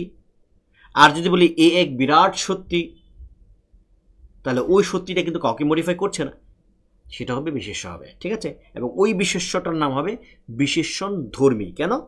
কারণ সত্যি বা সত্য নিজে একটা বিশেষণ ছিল, কিন্তু আমি বাক্যে ব্যবহার করেছি বিশেষ্য হিসেবে, এই জন্য তার নাম হবে বিশেষণ ধর্মী। কে কে বুঝতে পেরেছেন? বিশেষণ ধর্মীটা কে কে বুঝতে পেরেছেন? যদি বুঝতে পেরে থাকেন তাহলে কিন্তু আমাদের এই বিশেষণ মানে বিশেষ্যটা শেষ হয়ে গিয়েছে। তাহলে আমরা এই যে দেখেন ভাগ করেছি, সংজ্ঞা বা নামবাচক দেওয়া আছে, সাধারণ বিষয় দেওয়া আছে, তারপরে যে সাধারণ বিষয় হচ্ছে যে ইন্দ্রিয় কার্যতা অনুযায়ী মূর্ত বিমূর্ত গণনযোগ্যতা অনুসারে 3 ভাগে, গণন বিশেষ, পরিমাণ বিশেষ, সমষ্টি বিষয় আমি যা পড়িয়েছি তা। ঠিক আছে? তারপর হচ্ছে সজীবতা অনুযায়ী সজীব অজীব, হ্যাঁ, অন্য শ্রেণীজাত হচ্ছে যে ক্রিয়া বিশেষ বা ভাব বিশেষ। এই দেখেন ধাতুর উপরে টেকনিক দেওয়া আছে, ধাতুর উপরে আ আনু অন যদি যুক্ত করি তাহলে সেটা হয়ে যাবে। উদাহরণ দেওয়া আছে করা, দেখা, বলা, খাওয়া, দর্শন, ভোজন, করানো, বলানো, পঠন, চলন, বলন, মরণ। তারপরে হচ্ছে বিশেষণজাত বা গুণজাত, এটাকে গুণবাচক, সরি, এটা এই গুণবাচক কথাটা লিখতে ভুলে গেছি। গুণ মানে বিশেষণ, গুণ মানে কি? বিশেষণ। ঠিক আছে? তাহলে আমি আপনাকে যদি বলা হয় গুণবাচক বিশেষণ কিংবা বিশেষণজাত, তাহলে ব্যাপারটা কিন্তু একই দাঁড়াবে। ঠিক আছে? এবং এখানে একটা দিয়েছি, বিশেষ টেকনিক দিয়েছি, বিশেষণের পরে যদি আপনি তা প্রত্যয়, ত প্রত্যয়, জ প্রত্যয় বা আমি, এই আমিও যদি আপনি দেন, তারপরে সেটা কি হয়ে যাবে? বিশেষ্য হয়ে যাবে। এই জায়গাটা একটু মুখস্থ করে রাখতে হবে, কষ্ট করে। ধরেন বোকা, বোকা হচ্ছে একটা বিশেষণ, কিন্তু যদি বলি বোকামি, সেটা হয়ে যাবে একটা বিশেষ্য। দেখেন নষ্ট, নষ্ট, পচা, নষ্ট, এটা একটা তার অবস্থা বোঝাচ্ছে, এটা বিশেষণ। কিন্তু যদি বলি নষ্টামি, হ্যাঁ, আমি বললাম দুষ্ট, দুষ্ট, কিন্তু আমি যদি বলি দুষ্টামি, তখন সেটা হচ্ছে বিশেষ্য হয়ে যাবে। ঠিক আছে? ওকে, আরেফিন বুঝতে পেরেছেন, বলছেন গট ইট। ওকে, তাহলে বিশেষণ ধর্মীটা আপনারা নিশ্চয়ই বুঝতে পেরেছেন। এই যে দেখেন, সত্য পথে থেকে সত্য কথা বলো, তাহলে কোন পথে? সত্য পথে। তাহলে এই সত্যটা কিন্তু একটা বিশেষণ। সত্য কথা বলো, কি কথা বলো? সত্য। কিন্তু যদি বলি এক বিরাট সত্য, তাহলে এইটা কিন্তু আবার বিশেষ হয়ে যাচ্ছে। ঠিক আছে, এই যে দেখুন আমি বললাম করিম একজন গরিব লোক, তাহলে ভাই করিম কী লোক? গরিব লোক, তো এটা অবশ্যই বিশেষণ। আবার যদি আমি বলি যে গরিবকে দান করো, গরিবকে দান করো, তাহলে এই গরিবকে তো ভাই একটা ব্যক্তি, তাই না? গরিব তো আর গরিবকে বলতে তো আমি আর ইয়ারে বুঝছি না, মানে এটা গুণ বোঝাইতেছি না, গরিব মানে কি একটা ব্যক্তিকে বলতেছি, তাই না? তাহলে এটা কী হবে? একটা বিশেষ হবে নিশ্চয়ই। ওকে, আশা করি আপনারা বুঝতে পেরেছেন। এখন টেকনিককে আমরা দেখব। শব্দের শেষে যখন আ, অন, অনা, অক, আয়, আনো, আনি, আমি, আনু, তা, ত, জফলা যদি থাকে, তাহলে সেটা একটা বিশেষ্য হবে। মনে রাখতে হবে, আমরা ইংলিশে দেখেছি যে নাউন এবং অ্যাডজেক্টিভের যে একটা বিষয় দেখেছি। আমরা যখন দেখলাম যে বিউটিফুল, আমরা কি বলেছি? বিউটিফুল। তাই বিউটিফুল থেকে যখন আমরা বলছি বিউটি কিংবা বিউটিফিকেশন, তখন কি সেটা নাউন হয়ে যাচ্ছে। আমরা দেখছি শব্দের শেষে যখন টি ওয়াই, যখন S I, double S I, TION, SCCE, double E যখন থাকে, এই সাফিক্সগুলো যখন থাকে, তখন সেটা একটা নাউন হয়। ঠিক তেমনি আমরা যখন অ্যাডজেক্টিভ দেখবো, তখন দেখবো TIVE, SIBE, double SIBE, ANT, HWD এরকম যখন থাকে, তাহলে সেটা একটা অ্যাডজেক্টিভ হয়। তো বাংলায় কি এরকম ব্যাপারগুলো নাই? বাংলায় আরও অনেক বেশি আছে এবং আরও সরল এবং আরও সহজ।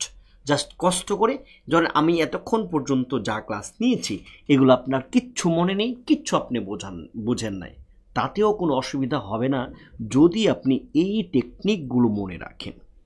তাহলে শব্দের শেষে যখন আপনি আ দেখবেন, অন দেখবেন, অনা দেখবেন, অক দেখবেন, আই দেখবেন, আন, আনি, আমি, আনু, তা, ত, জ ফলা যখন আপনি দেখবেন, তখন সেইটা একটা বিশেষ্য হয়ে যাবে। ঠিক আছে, ওকে। তো আমরা দেখি যে অক দিয়ে বলছি পাঠক, চলক, চরক, মোরক। অন বলছি চলন, বলন, দর্শন, কাদন, পঠন, মরণ। অনা খেলনা, দোলনা, রান্না, কান্না। আ খাওয়া, চলা, ফেরা, বলা, যাওয়া, আসা, শোয়া, লেখা, পড়া। হ্যাঁ, আয় চড়ায়, লড়ায়, ছেলায়, যাচায়, জ্বালায়, খোদায়। করান, বলান, চলান, জানান, আনি। শোনানি, বলানি, ভাঙানি, চালানি, চেঁচানি, লাগানি, কাঁদানি।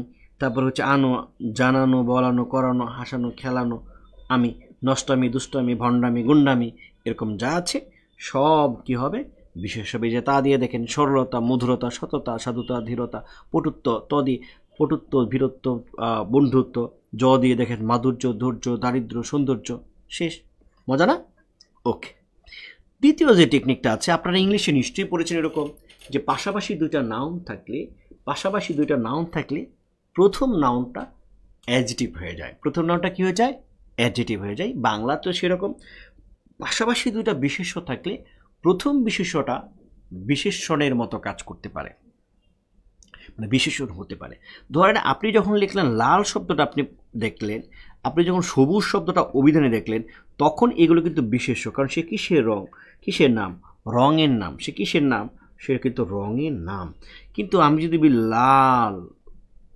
লাল পিরান, বললাম পিরান না বলি, পিরান শব্দটা অনেক বুঝবেন না, জামা, লাল জামা, তখন জামাটা কেমন? লাল। তখন কিন্তু এই লালটা কি হয়ে যাচ্ছে? বিশেষ্য হয়ে যাচ্ছে। আমি বললাম সবুজ আকাশ, সবুজ আকাশ কি সবুজ? সবুজ মাঠ লিখি, সবুজ মাঠ। তা মাঠটা কেমন? বা সবুজ। তাহলে আমার এই সবুজটা বিশেষ্য ছিল, মাঠটা বিশেষ্য ছিল, পাশাপাশি দুটো বসতে প্রথম বিশেষ্য পরে বিশেষ্য মডিফাই করে ফেলছে, প্রথম বিশেষ্য পরে বিশেষ্য কী করে ফেলছে? মডিফাই করে ফেলেছে। তাহলে এটা একটা কী হবে? বিশেষ্য হবে। এটা কি হবে? বিশেষণ হবে।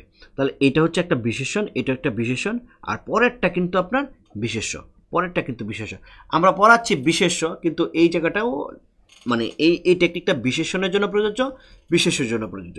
তাহলে আমি যে এখানে লিখলাম যে নীল আকাশ, তা নীল শব্দটা কিন্তু বিশেষ্য ছিল গো ভাই, বিশেষ্য অভিধানে। শুধু নীল লিখলে, যদি সবুজ লাগতাম, শুধু সবুজ কথা লেখা থাকতো, তাহলে বিশেষ্য হইতো। কিন্তু দেখেন তারপরে কিন্তু এবার আকাশ শব্দ চলে আসে, তারপরে মাঠ শব্দ চলে আসছে, তার মানে সে এটাকে মডিফাই করে ফেলছে। যখনই মডিফাই করবে পাশাপাশি দুটো হবে, তখন কিন্তু প্রথম বিশেষ্যটা হয়ে যাবে বিশেষণ। আশা করি এটাও বুঝতে পেরেছেন। টেকনিক 3, এটা আমি অলরেডি বলে ফেলেছি। যদি কোনো বিষয়ের সঙ্গে বিভক্তি যুক্ত করা হয় তবে সেটি কী হয়ে যায়? বিশেষ্য হয়ে যায়। এই যে দেখেন, সত্যকে সত্য বলো, এই যে সত্যকে সত্য বলো, মিথ্যাকে মিথ্যা, গরিবকে দান করো, ধনীকে বিশ্বাস করো না, হ্যাঁ, ভালোকে ভালো বলো, মন্দকে মন্দ বলো। দেখেন সবগুলো একটা বিশেষ্য। একটু মনোযোগ দিন প্লিজ। এটা আমি ওই যে সত্যকে মিথ্যাকে, গরিবকে ধনীকে, ভালোকে মন্দকে যথাক্রমে সত্য, মিথ্যা, ধনী, ভালো, মন্দ বিশেষণ থেকে এসেছে, কিন্তু বাকি এগুলো বিশেষণ হিসেবে বসেনি, অন্য কোনো পদকে বিশেষিত করেছে করেনি, বরং নিজেই একটা বিষয় বা কর্ম হিসেবে কাজ করে। তাই এগুলোকে বিশেষ্য হিসেবে বিবেচনা করতে হবে। লেখা আছে এখানে।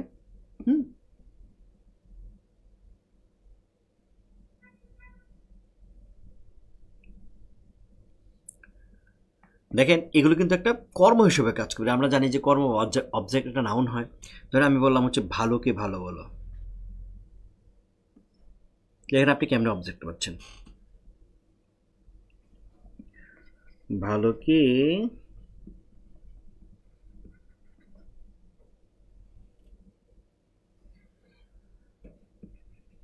কাকে ভালো বলো,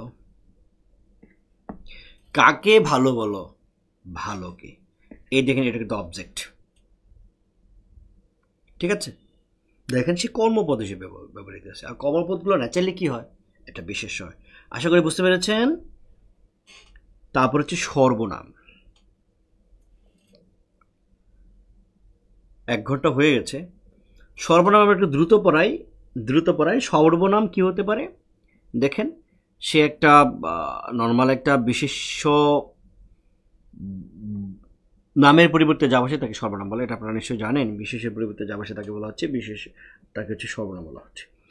এখন বিশেষভাবে মনে রাখতে হবে সর্বনাম অনেক ক্ষেত্রে বিশেষ্য বন্ধপদ, অর্থাৎ টোটাল একটা বাক্যাংশের পরিবর্তে বসতে পারে। যেমন আমাদের স্কুলের বিতর্ক দল ঢাকা গেছে, তারা টিভি বিতর্কে অংশ নেবে। তাহলে এই যে আমাদের স্কুলের বিতর্ক দল, এই টোটাল এইটুকুর পরিবর্তে আমরা কি বসছি? তারা বসছে, ঠিক আছে? আবার দেখেন, তুমি কি টের পেয়েছিলে? একটা বাক্যাংশের পরিবর্তে বসতে পারে। তুমি কি টের পেয়েছিলে? উত্তর, লোকটা পালিয়ে যাবে এ আমি আগেই টের পেয়েছিলাম। লোকটা পালিয়ে যাবে এ আমি আগেই টের পেয়েছিলাম। তাহলে এইখানকার যে এটা আছে, এটাও কিন্তু একটা সর্বনাম হতে পারে। এ বলতে কি? মানে আমি আগেই টের পেয়েছিলাম, এইটাকে আমরা কি বলছি? এ। লোকটা পালিয়ে যাবে, লোকটা পালিয়ে যাবে আমি আগেই টের পেয়েছিলাম। তুমি কি টের পেয়েছিলে? লোকটা পালিয়ে যাবে এ আমি আগেই টের পেয়েছিলাম। দেখেন এই যে আগেই পালিয়ে যাবে, আগেই টের পেয়েছিলাম এ, তাহলে এই এটাকেও আমরা বিশেষ্য সর্বনাম বলতে পারি। একেবারেই সূক্ষ্ম একটা ব্যাপার। এটা বাংলা একাডেমি নতুন বইয়ের মধ্যে যুক্ত করেছে, যদিও আমাদের এটা ওইটা অত জটিল মনে হলেও, যদি মনে হয় তাহলে পড়া দরকার নেই, কোনো অসুবিধা নেই। এখন আমরা এটার মেইন যে বিভাজনগুলো আছে সেটা আমরা দেখব, যে অর্থগতভাবে 7 ভাগে বিভক্ত করা যায়। ব্যক্তিবাচক, তার মানে ব্যক্তির পরিবর্তে যেগুলো বলবে, আমি, তুমি, সে, তারা, তিনি, তাহারা, ওহারা, আমি, তারা। Sound problem?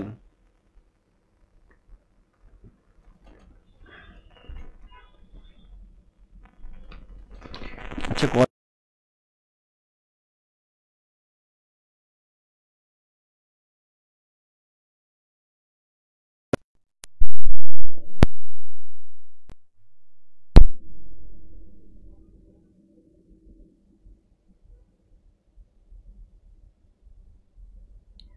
সাউন্ড হচ্ছে এখন?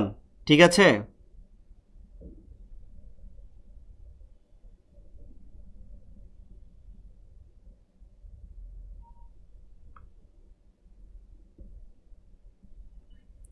ঠিক আছে এখন? ঠিক আছে, ওকে। দেখি আমরা যে অর্থগতভাবে 7 ভাগে ভাগ করা যায় বিশেষ সর্বনামকে। ব্যক্তিবাচক সর্বনাম, তাহলে ব্যক্তির পরিবর্তে যেগুলো বসে এগুলো পার্সোনাল প্রোনাউন বলা হচ্ছে। আমি, আমরা, তুমি, সে, তারা, তিনি, ওনারা, সহজ জিনিস। আত্মবাচক মানে মাইসেলফ, আত্মবাচক হচ্ছে কি মাইসেলফ। তাহলে এই মাইসেলফ যদি কিছু বোঝায় নিজেই, এই যে তাহলে মাইসেলফ বাংলা কি হয়, নিজে, নিজে, স্বয়ং, স্ব। তাহলে এটাকে কি বলছি আমরা, আত্মবাচক। আত্মবাচক নিজের কিছু, নিজের কিছু আছে, নিজের কিছু থাকবে, নিজের এরকম যদি কিছু বোঝায়। নির্দেশক বা সাময়িকবাচক সর্বনাম মানে একটা নির্দেশ করা। সামীপ্য মানে হচ্ছে নৈকট্য, কাছাকাছি, কতটা দূরে আছে তাহলে কাছাকাছি থাকবে, নৈকট্য থাকবে। তো এইগুলো হচ্ছে এ এ এ ওটি ওই। এই দিকে এসো, ধরেন আমি বললাম পশ্চিম দিকে এসো, পশ্চিম দিকে এসো। এইটা না বললাম আমি যে এই দিকে এসো, এবার কি বললাম, এই দিকে এসো, হাতি সেটা বললাম যে এই দিকে এসো। তাহলে এই কথাটা আমি আসলে কার পরিবর্তে বসাইছি, পশ্চিমের পরিবর্তে বসাইছি। তাহলে এইটাকে আমি কি বলবো, অবশ্যই সর্বনাম বলবো। কোনো কিছুর পরিবর্তে যা বসে তাকে আমরা সর্বনাম বলি। হ্যাঁ, আমি বললাম বইটি নিয়ে এসো, বইটি নিয়ে এসো। এখন বই না বলে আমি বললাম ওটি নিয়ে এসো, আঙ্গুল দিয়ে দেখাই বললাম ওটি, ওটি নিয়ে এসো। তাহলে ভাই ওটি আসলে কার পরিবর্তে বসছে, অবশ্যই বইটির পরিবর্তে বসছে। তাহলে এটাকে আমরা কি বলবো, সর্বনাম বলবো। আমি বললাম কলমটি নিয়ে যাও,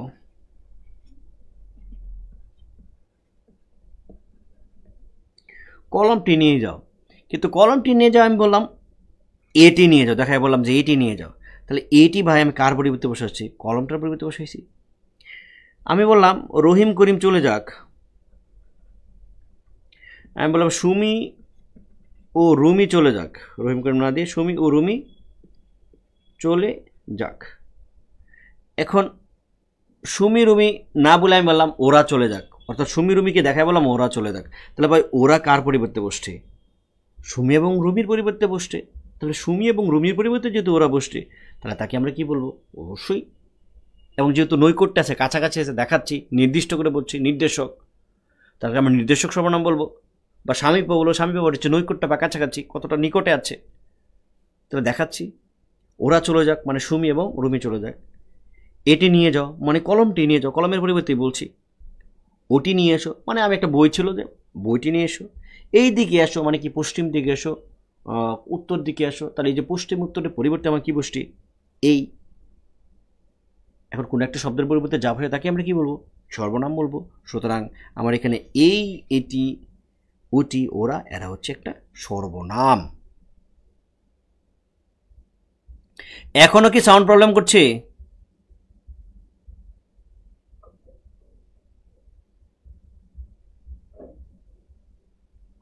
আচ্ছা, এখনো কি সাউন্ড প্রবলেম কিনা একটু কমেন্ট করেন তো। 5 জন আছে মাত্র।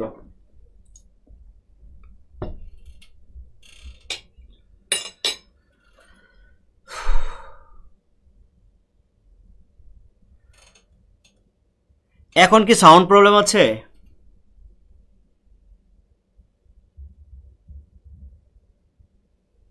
সাউন্ড কি ঠিক আছে? বা এখন আমি যেটুকু বুঝিয়েছি সেটুকু বুঝছেন আপনারা?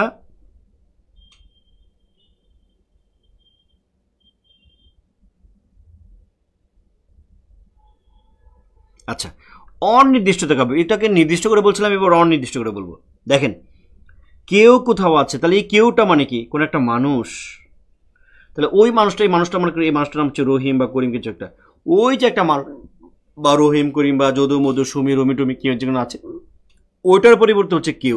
এবং এইখানে কিন্তু নির্দিষ্ট করা না, এই কেউটা যে কেউ হতে পারে।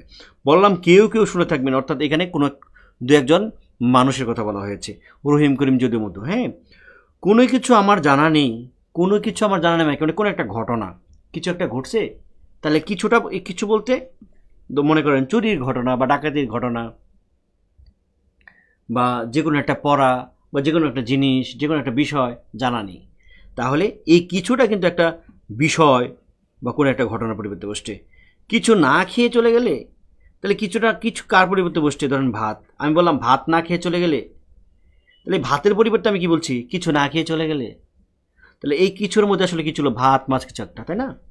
আমি বললাম যে কেউ এর নিন্দা করবে, তাহলে কেউটা মানে কি, কোনো একটা মানুষ নিন্দা করবে, তাহলে মানুষের বিপরীতে কি বসছে?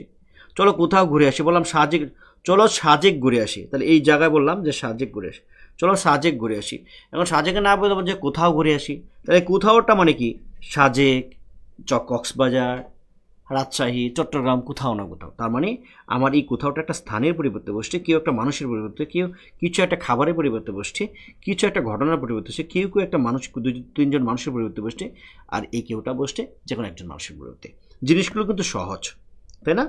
ওকে, পারস্পরিক বা ব্যতিহার, দুইজনে মিলে যখন একটা কাজ করে, দুইজন মিলে যখন একটা কাজ করে একজন আরেকজনের উপর নির্ভরশীল হয়, তখন সেটাকে ব্যতিহার বা পারস্পরিক বলে। যেমন নিজেরা নিজেরা সমস্যাটা মিলবে, নিজেরা নিজেরা, নিজেরা নিজেরা মানে কি? দুইজন তিনজন। পরস্পর বিশ্বাস না হলে ভালোবাসা হয় না, পরস্পর মানে কি? একা, দুইজন। সহজ, নাম থেকে বেড়া যাচ্ছি। সকল বাচক, নাম থেকে বেড়া যাচ্ছি। সকল মানে সবাইকে যদি বোঝায়, যেমন সকলে যেন উপস্থিত থাকে, সবাই সাথে সেজে যাচ্ছে। অন্য দ্বিবাচক বা অন্যবাচক, নাম থেকে বোঝা যাচ্ছে অন্য বা অপর যদি থাকে, তাহলে কি? অন্য, অপর, পর। আমি বললাম যে অন্যের সম্পর্কে না ভেবে নিজের দিকে মনোযোগ দাও, এটা অন্য দ্বিবাচক বলছি। এই অন্য মানে কি? একজন ব্যক্তির পরিবর্তে বসছে। অপরে পারলে তুমি পারে, তাহলে অপর মানে কি? রহিম করিম, যে কি অন্য একটা ব্যক্তির পরিবর্তে। অমুক, অমুক মানে কোনো একটা ব্যক্তির পরিবর্তে বসছে। যেহেতু অপরকে বা অন্যকে বোঝাচ্ছে, এই জন্য এটাকে বলছি অন্য, অপর, অমুককে বলা হচ্ছে অন্য দ্বিবাচক। জিনিসগুলো তো সহজ, কঠিন না। অন্যয়, অন্যয় মানে হচ্ছে সম্পর্ক, রিলেশন। তাহলে এই রিলেশন বা সম্পর্কগত দিক থেকে আবার তিন ভাগে ভাগ করা যাচ্ছে। তো একটা হচ্ছে ওখানে কে, ওখানে কে। আমি বললাম ওখানে, প্রথম নাম হচ্ছে প্রশ্নবাচক সর্বনাম। ওখানে রহিম বা রাহিম, এটা না বললাম যে ওখানে কে, আমি বললাম ওখানে কে। তাহলে দেখেন তো এই কেটা কার পরিবর্তে বসছে? রহিমের পরিবর্তে বসছে। যেহেতু এখানে একটা আছে, কি বলে, প্রশ্নবোধক চিহ্ন আছে, তাকে আমরা প্রশ্নবাচক সর্বনাম বলছি। সংযোগবাচক সর্বনাম দেখেন, কলেজে গিয়ে দেখি যে, কলেজে গিয়ে দেখি যে, কলেজে গিয়ে দেখি যে, কলেজে গিয়ে দেখি যে, কলেজে গিয়ে দেখি যে, যে যে যে। কিছুক্ষণ পরে আপনি বলবেন যে কি দেখছেন, এটা না বলবেন খালি যে যে করছেন। কলেজে গিয়ে দেখি যে, কলেজে গিয়ে দেখি যে, কলেজে গিয়ে দেখি যে, কলেজে গিয়ে দেখি যে, কলেজে গিয়ে দেখি যে, কলেজে গিয়ে দেখি যে। তাহলে এই জের পরিবর্তে কিন্তু আমরা ক্লাস শুরু হয়ে গেছে লিখছি। তাহলে এই জের অতিরিক্ত রূপ হচ্ছে কি? ক্লাস শুরু হয়ে গেছে। হ্যাঁ, তাই ক্লাস শুরু হয়ে গেছে, এইটার পরিবর্তে তো আমি এখানে যে যে যে করতেছি। সুতরাং এইটাকে আমরা বলবো সংযোগবাচক সর্বনাম।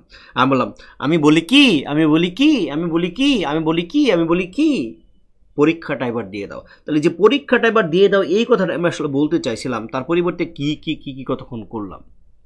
এই জন্য আমি এই কিটাকে আমি বলবো হচ্ছে সংযোগবাচক সর্বনাম। এগুলোকে বাক্যের সর্বনামও বলা হয়। কিসের পর সর্বনাম? বাক্যের সর্বনাম মনে রাখতে হবে। সাপেক্ষ সর্বনাম, সাপেক্ষ শব্দের অর্থ হচ্ছে জোড়া বা কাপল। সাপেক্ষ শব্দের হচ্ছে জোড়া বা কাপল বা নির্ভরশীল। কি? নির্ভরশীল। তাহলে একটা জোড়া বা কাপল বা নির্ভরশীল যদি হয়, একজন আরেকজনের উপর যে নির্ভরশীল, একটা শর্ত থাকে। কি থাকে? শর্ত থাকে অনেক সময়। এরকম যদি থাকে তাহলে সেটা হবে কি? একটা সাপেক্ষ সর্বনাম। তাহলে যে যিনি এবং তিনি, এখানে কিন্তু যিনি একটা সর্বনাম, তিনি একটা সর্বনাম, এরকম না কিন্তু। এই যিনি তিনি মিলে, এই যিনি তিনি মিলে কিন্তু একটা সর্বনাম। এখানে যা এবং তা, এই দুইটা মিলে কিন্তু একটা শিরোনাম। যে এবং সে, দুইটা মিলে কিন্তু একটা শিরোনাম। যে বেটা যে, সেই বেটাই কিন্তু সে। যে হচ্ছে যা, তাই কিন্তু তা, একই জিনিস। যিনি এবং তিনি কিন্তু একই ব্যক্তি। সুতরাং এখানে কিন্তু আলাদা কিছু না। তাহলে এই যে যিনি এবং তিনি, যিনি বললে তিনি বলতে হয়, যা বললে তা বলতে হয়। তাহলে এই যা এবং তা, এটা একটা জোড়া তৈরি হয়েছে। এই জোড়া মিলে কিন্তু একটা সর্বনাম, তাকে আমরা বলছি সাপেক্ষ সর্বনাম। তা সাপেক্ষ সর্বনাম অলওয়েজ দুইটা শব্দ দিয়ে হবে, কিংবা সাপেক্ষ যোজকও দুইটা শব্দ দিয়ে হবে। ইংলিশেও এরকম আছে, নট অনলি বলে বাট অলসো বলতে হয়। ঠিক তেমনি আইদার বললে অর বলতে হয়, নাইদার বললে কি বলতে হয়? নর বলতে হয়। এটাকে নিত্য সম্বন্ধীয় অব্যয় বলা হতো আগে পুরনো ব্যাকরণে। নিত্য সম্বন্ধীয় অব্যয়, অর্থাৎ একটা বসলে আর একটা বসাইতে হবে, এটাকে সাপেক্ষ বলা হচ্ছে। ঠিক আছে, তো আশা করি আপনারা বুঝতে পেরেছেন। অনুসর্গ আমরা আজকে আর না পড়াই, অনেকক্ষণ 1 ঘন্টার উপরে হয়ে গেছে। নেক্সট ক্লাসে আমরা এটার সাথে আরও বাকিগুলো যুক্ত করে, বাকিগুলো, আর এর মধ্যে আর ইম্পর্টেন্ট হচ্ছে আপনাদের বিশেষণ এবং ক্রিয়া। তাহলে আজকে দুটো পড়াইলাম, আগামী আরও 2টা ক্লাস সম্ভবত আছে, সবগুলো ক্লাসের মধ্যে সবগুলো শেষ হয়ে যাবে। তো আজকে ভালো থাকবেন, সুস্থ থাকবেন, আশা করি এই পর্যন্ত সব কিছু বুঝতে পেরেছেন। তো সবার প্রতি ভালোবাসা জানিয়ে আজকের মতো এখানে শেষ করছি। হ্যাঁ, আল্লাহ হাফিজ।